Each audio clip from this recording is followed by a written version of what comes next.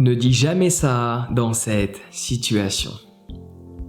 Il y a une situation que tu as déjà expérimentée des dizaines de fois et que tu t'apprêtes encore à expérimenter des dizaines et des dizaines de fois.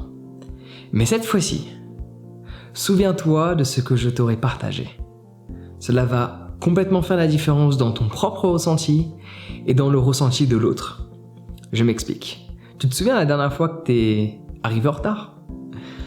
Une personne t'attendait près des quais, près d'un parc, sur un banc, debout, assise. Elle t'attendait pour partir au restaurant, elle t'attendait chez elle t'attendait quelque part. Et tu arrivais avec du retard, pour quelle que soit la raison. C'est pas ma faute à moi. T'as chanté cette musique. C'est la faute du train, c'est la faute des bouchons, alors que j'aurais pu partir plus tôt. Bon, tu vois, toute cette musique qu'il ne faut pas chanter. C'est pas ma faute à moi. Donc déjà, règle numéro 1, ne pas dire ça. C'est ma faute à moi. Je prends mes responsabilités, je suis parti un peu trop à la bourre. Mais avant de t'excuser, voire même à la place de t'excuser et de prendre le refrain classique qui est « Désolé, je suis en retard », chose qui accentue l'aspect négatif de la situation, « Désolé, je suis en retard » signifie que tu as passé un mauvais moment, tu m'as attendu. Et vu que la plupart des gens ne vivent pas dans un instant présent, ils vivent dans le passé ou dans le futur, et apparemment le passé les dérange et le futur aussi, c'est ce que ça insinue. Désolé de t'avoir fait attendu, ça veut dire que le moment que tu as passé à m'attendre n'était pas des plus agréables. Du fait que tu n'étais pas présent, parce que quand tu es présent, le moment est automatiquement agréable. Il ne peut pas être désagréable. Ce qui est désagréable, c'est les pensées qui interfèrent. Ce qui est désagréable, c'est l'interprétation que l'on a des événements. Et quand on interprète, on n'est déjà plus dans le moment. Vu qu'on est dans le mental, on est déconnecté de ce qui ne se passe. Ouais. Donc, le refrain classique, c'est « Désolé, je suis en retard » ou « Désolé d'être en retard ». Tu emphasises, tu développes davantage l'aspect négatif de la situation. La personne t'a attendu et en plus, elle s'est ennuyée, elle s'était dit « Putain, quand est-ce qu'il arrive ? Quand est-ce qu'elle arrive ?» Donc du coup, tu lui rappelles le passé qu'elle vient d'expérimenter. Tu lui rappelles le passé proche qu'elle a expérimenté, qu'elle considère très probablement comme étant négatif parce que tu étais à la bourre comme une fois, comme d'habitude. Ouais. Du coup, tu lui rappelles ce qu'elle vient de vivre, qui n'était pas des plus plaisants. Ça, c'est pour la plupart des gens. La prochaine fois que tu attends, petite parenthèse, juste observe le mouvement des foules, observe les gens. Sois pas sur ton téléphone et tu vas voir que attendre n'est pas si désagréable que ça quand tu es dans le présent. Donc au lieu, du coup, pour revenir à nos moutons, de dire tout simplement « Désolé, je suis en retard », dis « Merci de m'avoir attendu ». Dans ce cas de figure, tu valorises le comportement qu'a eu cette personne envers qui tu es.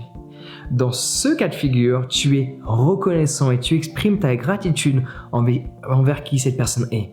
Donc tu emmènes de la positivité, contrairement à l'autre cas de figure où tu développes la négativité qui pouvait, parce que ça dépend des gens évidemment, mais tu développes la négativité qui pouvait être présente du fait que la personne t'a attendu et qu'elle s'est ennuyée et qu'elle s'est dit qu'est-ce qu'il fait, est-ce qu'il va venir, est-ce qu'il va pas venir. Du coup, il y a eu beaucoup de stress, d'anxiété en fonction des gens évidemment.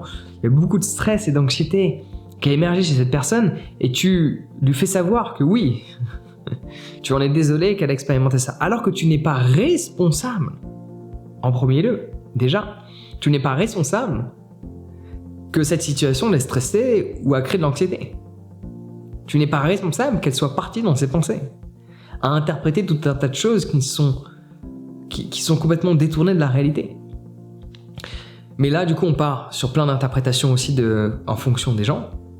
Mais en termes de généralité, tu vas reconnaître l'aspect négatif de la situation, alors que de l'autre côté, dans tous les cas de figure, tu vas être reconnaissant de cette personne-là. Et tu le fais savoir. Juste imagine, j'arrive, je suis en retard.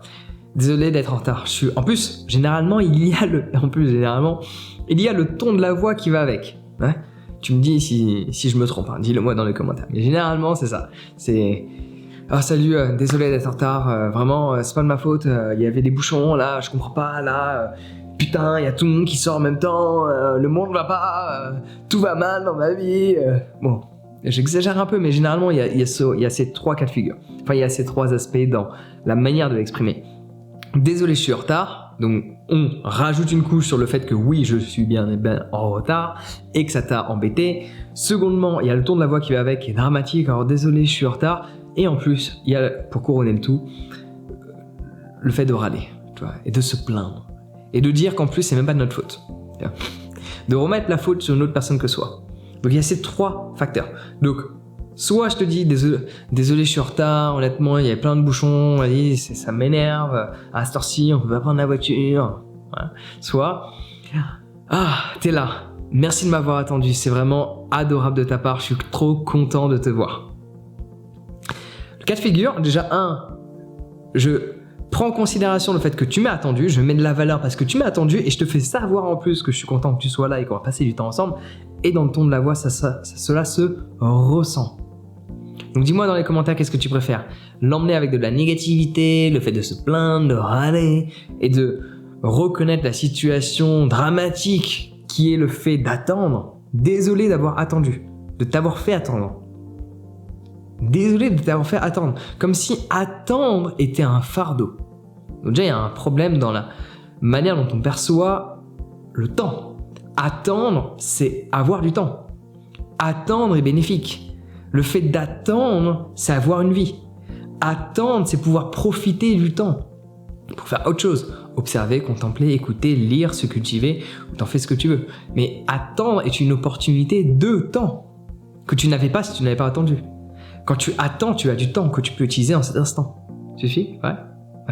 Donc dis-moi ce que tu préfères dans les commentaires. Dire que tu te plains, etc. Ou dire merci de m'avoir attendu, je suis super content que tu sois là, je suis super content qu'on passe ce moment ensemble. Bon, je pense que la réponse viendra elle-même, mais dis-le moi dans les commentaires, c'est toujours intéressant. N'hésite pas aussi à partager cette vidéo, je pense que beaucoup de personnes ont besoin de changer la structure des phrases qu'ils emploient. Et d'ailleurs, par rapport à ça, j'ai un guide sur l'art de la communication, différents éléments que tu peux mettre en place afin de changer complètement le ressenti que l'autre a d'être en ta présence à travers les mots que tu exprimes et la manière que tu as de les formuler. Donc le lien de ce guide totalement gratuit est dans la description. Sur ce, on se retrouve de l'autre côté sur mon site internet. Prends soin de toi et passe une excellente journée.